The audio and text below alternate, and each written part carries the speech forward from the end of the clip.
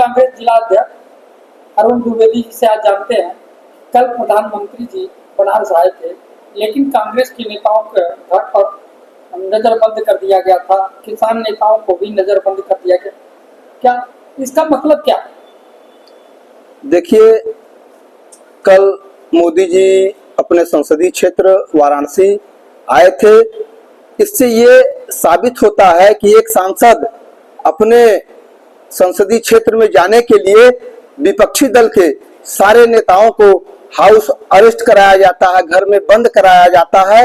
ये डरी हुई और हताशा की मानसिकता का परिचायक है, क्योंकि मोदी जी और भारतीय जनता पार्टी की सरकार ये समझ चुकी है कि विपक्षी दल के नेताओं को उनको नजरबंद करके, उनको कैद करके हम अपनी शासन सत्ता को चला सकते हैं, लेकिन इनको इनकी सत्ता जाने का डर सता रहा है। यह इनके हताशा का परिचायक है, जो कि विपक्ष के नेताओं को, विपक्ष के चाहे वो किसान यूनियन के हों, चाहे वो अन्य दल के हों, जो हमारे प्रदेश अध्यक्ष माननीय अजय राय जी ने ये ऐलान कर दिया था कि हम लोग जिस तरह से इनके नेता दिनेश सिंह ने तुच्छ मानसिकता का परिचय देते हुए हमारे जननायक माननीय आदरणीय राहुल गांधी जी का रायबरेली में विरोध किया था, उसी के परिप्रेक्ष्य में प्रयागराज जोन के सभी कांग्रेस के बब्बर शेर आदरणीय अजय राय जी के निर्देश पर मोदी जी का विरोध करने के लिए तत्पर थे और आमादा थे।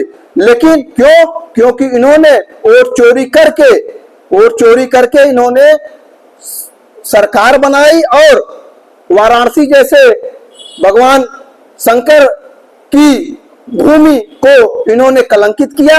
इसके विरोध में हम कांग्रेस जन कल मोदी जी का विरोध करते, लेकिन हमारे सभी ब्लॉक अध्यक्षों को, हमारे सीनियर नेताओं को हाउस अरेस्ट किया गया।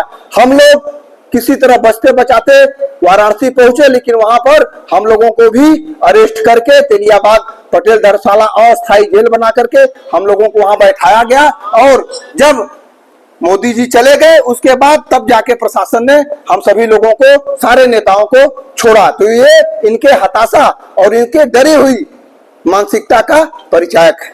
2027 विधानसभा आ रहा है, उसमें कांग्रेस आई का क्या मुद्दा हो सकता है?